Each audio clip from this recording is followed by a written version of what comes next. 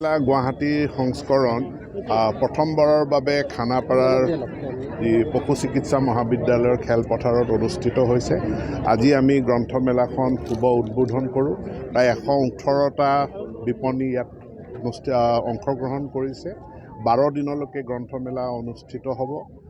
মই সকলো ৰাইজক গ্ৰন্থমেলালৈ আহি ইয়াত অংশগ্ৰহণ কৰিবলৈ ইয়াৰ বিভিন্ন কাৰ্যসূচীৰ লগত অংশগ্ৰহণ কৰাৰ লগতে কিতাপ ক্ৰয় কৰিবলৈ আমি অনুৰোধ জনাইছোঁ। আজি অসম প্ৰকাশন পৰিষদে প্ৰকাশ কৰা প্ৰায় 18খন খুব মূল্যৱান গ্ৰন্থ ইয়াত আমি উন্মোচন কৰিলোঁ। অসমৰ নৃগোষ্ঠীয় ইতিহাস, নৱকান্ত বৰুৱাৰ ৰচনাৱলী, আনন্দ চন্দ্ৰ বৰুৱাৰ ৰচনাৱলী, লক্ষীনন্দন বৰাৰ ৰচনাৱলী, তাৰ উপৰিও কুমাৰ ভাস্কৰ বৰ্মা এজন অসমৰ অন্যতম প্ৰতিষ্ঠাপক, গতিকে তেখেতৰ ৰাজত্বকালৰ এক চমু ইতিহাস আৰু মহাৰাজ পৃথু যি বখতিয়াৰ খিলজীক গুৱাহাটীত পৰাস্ত কৰিছিলে, তেখেতৰ এখন বুৰঞ্জীমূলক গ্ৰন্থ আজি আমি ইয়াতে উন্মোচন কৰোঁ আৰু মই ভাবোঁ ইয়াক পাঠক ৰাইজে আদৰি ল'ব। প্ৰথমবাৰৰ কাৰণে খানাপাৰাত অনুষ্ঠিত হয়, আমি পূৰ্বে চানমাৰীত অনুষ্ঠিত হৈছিলে, গতিকে তাত যান জঁট সৃষ্টি হয়, জেগাখিনিও ঠেক। তাৰ পৰিৱৰ্তে আহল বহল খানাপাৰাৰ এই ফিল্ডত প্ৰথমবাৰৰ কাৰণে গ্ৰন্থমেলা অনুষ্ঠিত হৈছে। ৰাইজে ইয়াত এটা মুকলি পৰিৱেশ পাব আৰু গ্ৰন্থমেলাখনো আমি খুব সুন্দৰভাৱে ইয়াত অনুষ্ঠিত কৰিব পাৰিম বুলি ভৱিষ্যতেও ইয়াতে অনুষ্ঠিত হ'ব। আমি এটা কেলেণ্ডাৰ, কাৰণ বহু ৰাজহুৱা অনুষ্ঠান এতিয়া খানাপাৰাতে অনুষ্ঠিত হয়। ট্ৰেড ফেয়াৰটো মণিৰাম দেৱানত গুচি যায়, গতিকে ইয়াত এখনতো খুব ভাল ঠাই। মই ভাবোঁ যে ৰেছপন্সটো আমি খুব ভালে পাওঁ। ইতিমধ্যে কেবিনেটে সিদ্ধান্ত লৈছে যে 2025 বৰ্ষটো গ্ৰন্থৰ বৰ্ষ হিচাপে ঘোষণা কৰিছে।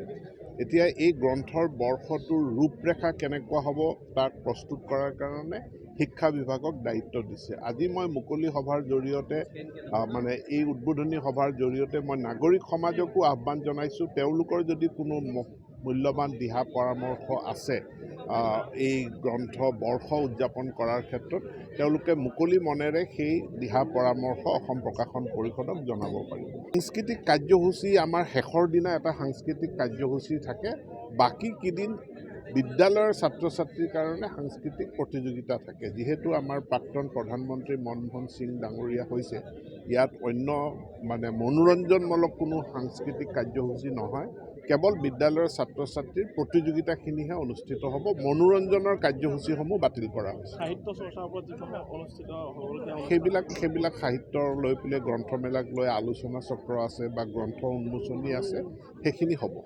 বাজেটৰ কথা যদি ক'বলৈ যাওঁ, বাজেট কিন্তু ভাৰতৰ আন ষ্টেটৰ তুলনাত কিন্তু অসমত কিছু পৰিমাণে হ'লেও কম। গতিকে ভৱিষ্যতৰ দিনৰ বাজেট বৃদ্ধি কৰি প্ৰচাৰ প্ৰসাৰৰ বাবে কিবা পৰিকল্পনা কৰিছে নেকি? নিশ্চিতভাৱে আমি এতিয়া আগতে এখন গ্ৰন্থমেলা হৈছিল, এতিয়া আমি জিলাসমূহলৈ গ্ৰন্থমেলাসমূহ লৈ গৈছোঁ, বিভিন্ন জিলা সদৰলৈ লৈ গৈছোঁ আৰু প্ৰত্যেকখন জিলা সদৰতে আমি গ্ৰন্থমেলা অনুষ্ঠিত কৰিম। বিশেষকৈ 25ৰ যিটো বৰ্ষ, সেই বৰ্ষটোত আমি প্ৰত্যেকখন জিলা সদৰত গ্ৰন্থমেলা অনুষ্ঠিত কৰাৰ কাৰ্যসূচী ল'ম। গতিকে তাৰ বাজেট বৃদ্ধি হ'ব আৰু সেইটো বৃদ্ধি মই ভাবোঁ যে অসম চৰকাৰে আমাক সেইখিনি বাজেট প্ৰদান কৰিব।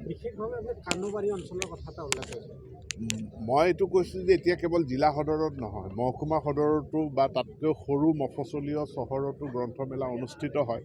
কিছুদিন আগত মই এখন আমন্ত্ৰণ পাইছোঁ, চৰাইদেউ জিলাৰ একেবাৰে অৰুণাচল সীমান্তৰ কানুবাৰীত তাৰ ৰাইজে গ্ৰন্থমেলা আয়োজন কৰিছে। মই তাত যাব পৰা নাই, কিন্তু এই প্ৰচেষ্টা যে ভিতৰুৱা গাঁৱৰ অঞ্চলতো গ্ৰন্থমেলা ৰাইজে অনুষ্ঠিত কৰে, ই অতি প্ৰশংসনীয়।